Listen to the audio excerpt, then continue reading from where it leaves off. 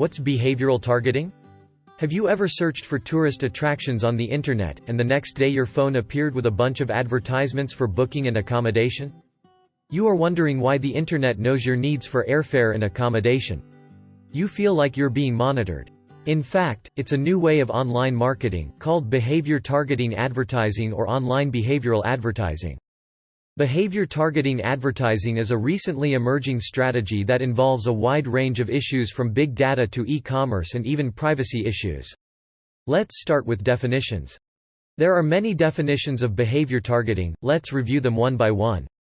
Behavioral targeting (BT) is a technique used by online advertisers to increase the effectiveness of their campaigns. Tracking of web users' online activities in order to deliver tailored advertisements. The practice of monitoring people's online behavior and using the collected information to show people individually targeted advertisements. Borman and others have summarized two common features. Use of the collected data to individually target ads. The monitoring or tracking of consumers' online behavior. Therefore, we can know. Behavior targeting advertising refers to the in-depth observation of customer behavior through some technical methods, and identify and classify customer characteristics. Analyze customer needs based on customer behaviors, then target customers based on their needs and preferences, and place ads on customer groups that meet the characteristics. Only qualified customers will see targeted ads. This targeting is more in line with the interests of users under certain conditions, and is in line with the idea of precision marketing, which greatly reduce the advertising costs of the company. So specifically, how does it work? We just mentioned that the advertising network collects user data on the Internet. This information contains web browsing history, search history, web cookies, the links you clicked, video or multimedia you watched, or your shopping history. They will also get your demographic characteristics, such as gender, age. Let's take a look at this diagram. People involved in the diagram can be classified as browser, ad network, profiling service, merchant, web analytics provider. When you click a link, your data is obtained by ad network, or it is obtained by web analytics provider and then passed to the ad network. After the ad network has the data, they can assign you to a specific segment by comparing the customer information of the profiling service, or confirm whether you meet the demographic desired by the merchant. Finally, the ad network will create an advertisement for you. The information that meets your needs is delivered to you. That's why when you and your friends visit the same page but you see different ads.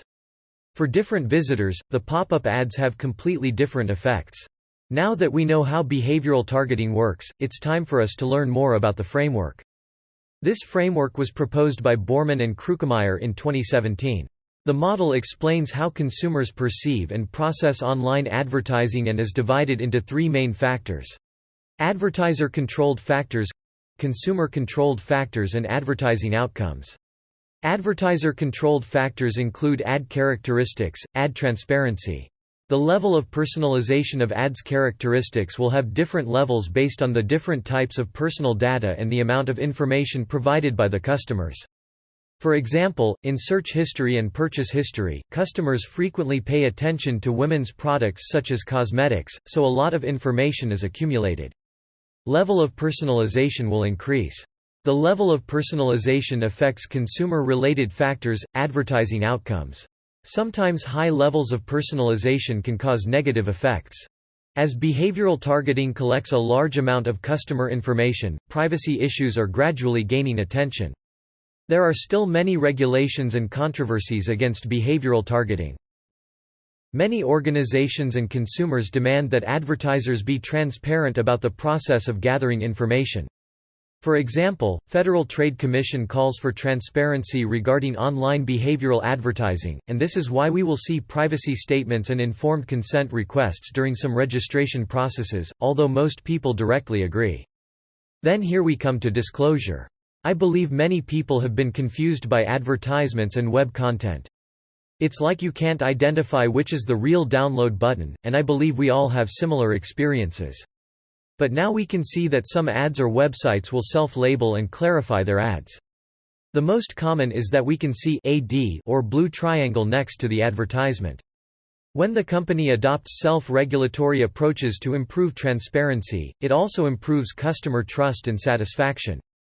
The second factor is consumer-controlled factors. The first one is knowledge and abilities with respect to behavioral targeting. Most consumers don't know much about it, which gets them misleading sometimes.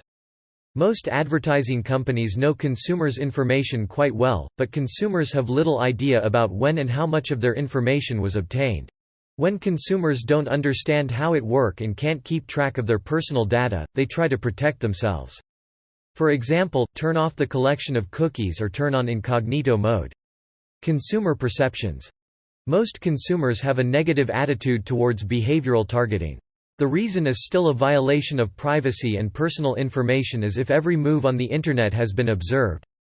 Some people deliberately change their online behavior to avoid behavioral targeting.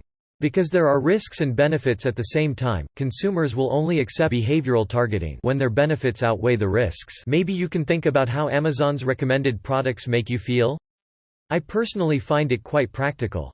Based on the above, we know that advertiser-controlled factors affect consumer perceptions and indirectly affect advertising outcomes. Therefore, advertisers should proactively focus on privacy issues to provide solutions to increase customer trust. For example, some websites will specifically state that they will not violate the privacy of customers. Consumer characteristics. Although we have provided advertisements based on consumer profiles, the characteristics of each consumer are still different. It's as if people who are also interested in cars will still react differently because of their age, gender, and preferences when they see the same car ads. Research indicates that when consumers' desire for privacy is weak, or when advertising meets consumer needs, consumers have a more positive view of behavioral targeting. The attitude towards behavior targeting is also related to age, education, and Internet experience. We finally entered online behavioral advertising outcomes. We already know that advertiser and consumer-controlled factors will affect advertising performance. So do we have an indicator to help us measure the effectiveness of advertising? Yes, we can measure click-through intention and click-through rates, purchase intention and purchases, and acceptance and resistance toward online behavioral advertising. We can learn from some research to know how to improve click-through intention and rates. Tucker found that Facebook ads targeting a person's interests has higher click-through rates than targeting background characteristics. At the same time, medium personalized ads have higher click-through rates than high personalized ads. Another study shows that when an advertising company transparently collects data, it is like the data collection disclosure we mentioned. Customers will also have higher click-through rates. From the above, we can conclude that proper personalization and open information collecting processes, trusted advertisers, all the factors will lead to higher click-through intention and rates. Purchase intention and purchases are mainly affected by the consumer decision-making stage. When consumers have specific ideas, behavioral targeting will have a greater impact. When consumers are still in the early decision-making stage, random generic ads have a higher possibility of purchase. For example, I will pay attention to the Booking.com advertisements that often appear on my page, but the people who travel for the first time will see the advertisement information on the Internet very randomly, including various travel offers. And behavioral targeting will also affect your self-perception. If you have purchased a razor, a notification will pop up 1 month later, and you think it is time to replenish your razor. Online behavioral advertising acceptance and resistance is still mainly related to privacy issues and transparency of data collection. There are an interesting study here for reference. First, suppose you are on a desktop download site and you find your favorite desktop. At this time, the website jumps out of the registration notice. Sign up to download more free desktops. Sign up to let us provide you with a more personalized desktop. Which way makes you want to provide your information to the website? Research shows that more people prefer the first reciprocity way.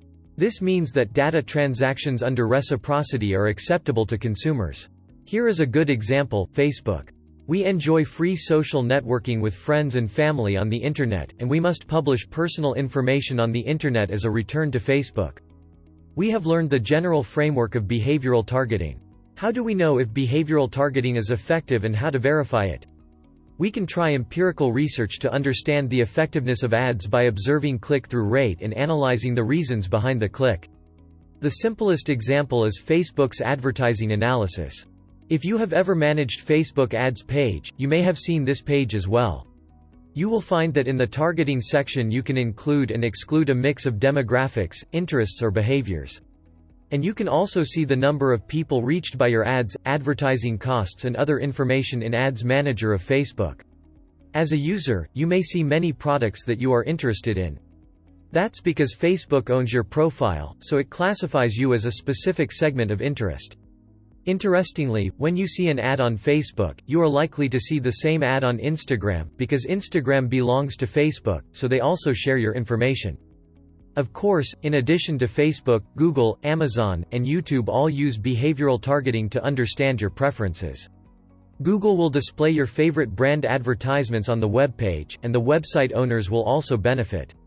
The same to YouTube. Because it belongs to Google, naturally YouTube ads will also be personalized to users, so many YouTubers have made considerable income through Google AdSense. From this, we already know that you may only give some personal information, but this personal information may be shared with third parties. Just like Facebook and Instagram, Google and YouTube. The online world is very tightly connected, and we cannot stop its progress. How far behavioral targeting will expand in the future, and how laws and regulations should protect consumers will be a topic that accompanies the rise of online marketing.